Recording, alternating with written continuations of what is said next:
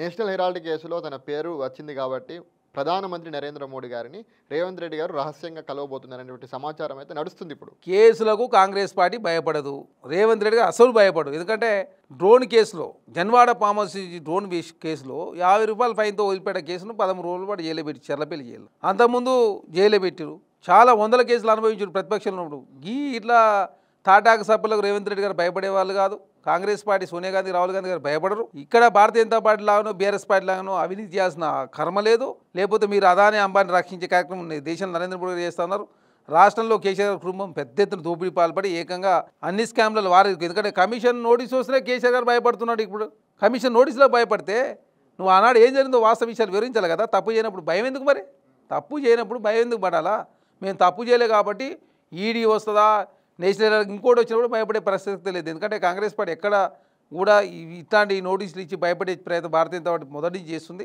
అయినా తెలంగాణ రాష్ట్రంలో కావచ్చు, దేశంలో ఉన్నటువంటి ఏ కాంగ్రెస్ పార్టీ నాయకుడు భయపడడు. ఖచ్చితంగా దేశంలో కాంగ్రెస్ ప్రభుత్వం వచ్చేసారి ఖచ్చితంగా 2029 ఎలక్షన్లో కాంగ్రెస్ పార్టీ దేశంలో రాహుల్ గాంధీ గారు ప్రధానమంత్రి కాబోతా ఉన్నారు. రాష్ట్రంలో కూడా మరోసారి కాంగ్రెస్ పార్టీ రేవంత్ రెడ్డి గారి నాయకత్వం తెలంగాణలో రెండోసారి ముఖ్యమంత్రి రేవంత్ రెడ్డి కాబోతా ఉన్నాడు. కాబట్టి కేటీఆర్ గారు తన అక్కాసును వెలగొట్టే ప్రయత్నం, నేను మొన్న 2023 ముందు ముఖ్యమంత్రి అయితే కేసీఆర్ గారు అడ్డుకున్నాడు కాబట్టి తన అక్కాసనంతా కల్వకుంట్ల కవిత గారి మీద కేసీఆర్ గారు ఎలాగెత్తున్నారు కాబట్టి కల్వకుంట్ల కవిత గారికి ఈ పార్టీలో ఉండలేదని చెప్పేసి సొంత దుకాణం పెడతాని స్టార్ట్ అయింది. కాబట్టి ఇవన్నీ జీర్ణించుకోలేక చిన్న మీద చితికినట్టుగా చాలా స్పష్టంగా కేటీఆర్ కనబడుతుంది. కాబట్టి కేటీఆర్ గారు ఇష్టం వచ్చినట్టు ఏది పడితే అది మాట్లాడి తెలంగాణ సమాజాన్ని ఆకర్షించే ప్రయత్నం చేస్తుంది. కానీ తెలంగాణ సమాజం ఆకర్షించరు. తెలంగాణ సమాజం కేటీఆర్ని చూసి బాధపడుతున్నారు. ఎందుకంటే కేటీఆర్ ఇంత దిగజారి రాజకీయాలు చేస్తుండు, తల్లి చెల్లి మీద రాజకీయం చేస్తుండు, బావ మీద రాజకీయం చేస్తుండు, ఉద్యమకాల మీద రాజకీయం చేస్తుండు.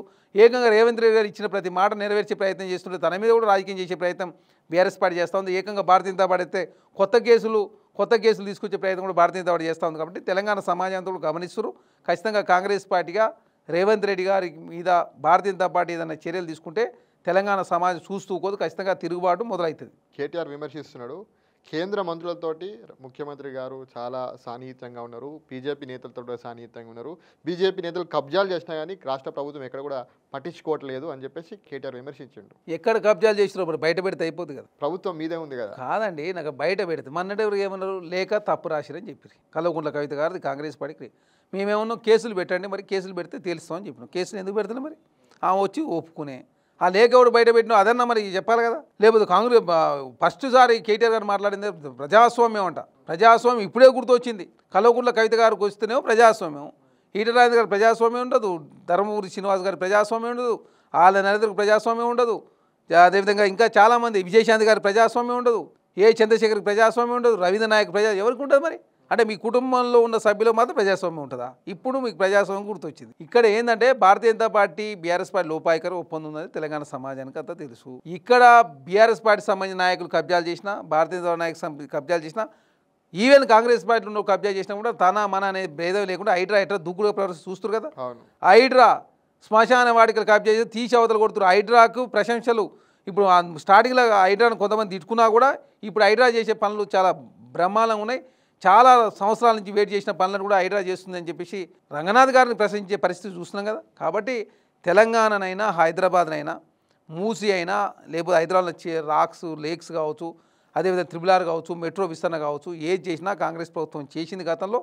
ఖచ్చితంగా రేవంత్ రెడ్డి గారి ప్రభుత్వం హైదరాబాద్ అగ్రగమించే ప్రయత్నంలో భాగంగా ప్రపంచ నగరాలతో పోటీ చేసే విధంగా హైదరాబాద్ అన్ని రకాల ముందు తీసుకుపోతుంటే కేటీఆర్ గారికి మైండ్ ఖరాబ్ అయ్యి కాంగ్రెస్ ప్రభుత్వం విషయం చెప్పే ప్రయత్నం వారు చేస్తూ ఉన్నారు. ఖచ్చితంగా ఇంటిలో ఉన్నటువంటి పోరును ముదిగాలు పరిష్కరించుకొని కాంగ్రెస్ పార్టీ గురించి మాట్లాడితే తెలంగాణ సమాజం హర్షిస్తుంది. ఇంట్లో గెలవనోడు రచ్చ గెలుస్తాడట. నువ్వు ఇంట్లోనే గెలవలేవు కాబట్టి మీ చెల్లెని చూస్తేనే నీకు భయం అవుతుంది. చెల్లెని ఓరనోడు సమాజానికి తెలంగాణకి ఏం చేస్తాడని నాకు అర్థం కాదు. తెలంగాణ సమాజానికి ఏం చేస్తే ఇంట్లో గెలిచి రచ్చ గెలువు. నీ ఇంట్లో నీ చెల్లె యొక్క మన్ననలు పొందలేకపోతున్నావు, నీ బావ యొక్క మన్ననలు పొందలేకపోతున్నావు. మీ బావ పార్టీ మారుతారని చెప్పి మన్నడకు భయపడ్డావు. మన స్టేట్మెంట్ ఇచ్చిన తర్వాత రిలాక్స్ అయినావు.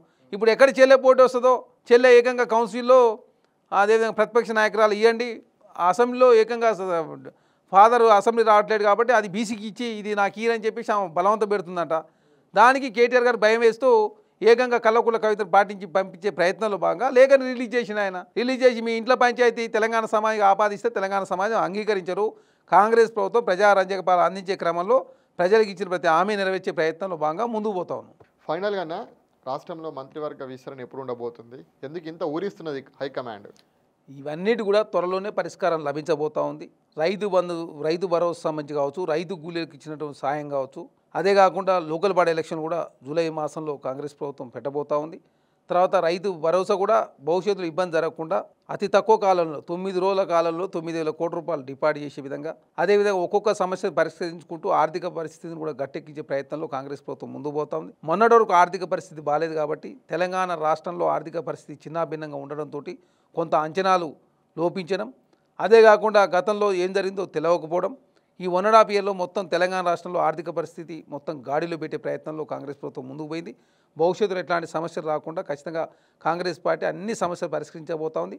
ఖచ్చితంగా మంత్రివర్గ విస్తరణ కావచ్చు, డిప్యూటీ స్పీకర్ కావచ్చు, చీఫ్ విప్ కావచ్చు, పీసీసీ కార్యవర్గం కావచ్చు, ఇంకా మిగిలిన నామినేటెడ్ చైర్మన్లు కావచ్చు, అన్ని రకాల ఎలక్షన్లు పెట్టి ఖచ్చితంగా తెలంగాణ రాష్ట్రంలో ఒక సైడ్ కార్యకర్తలు కాపాడుకుంటూనే ఇంకో సైడ్ ప్రభుత్వాన్ని అన్ని రకాలుగా ముందుకు తీసుకు ప్రయత్నం, అదే ప్రజలకు ఇచ్చే ప్రతి హామీ నెరవేర్చే ప్రయత్నంలో ఖచ్చితంగా కాంగ్రెస్ ప్రభుత్వం ముందే ఉంటుంది. తెలంగాణ ముందు కాదు, దేశ ప్రజలకు తెలంగాణ ఆదర్శవంతంగా ఉండే రోజు రావాలని చెప్పి కాంగ్రెస్ పార్టీ కోరుకుంటా ఉంది.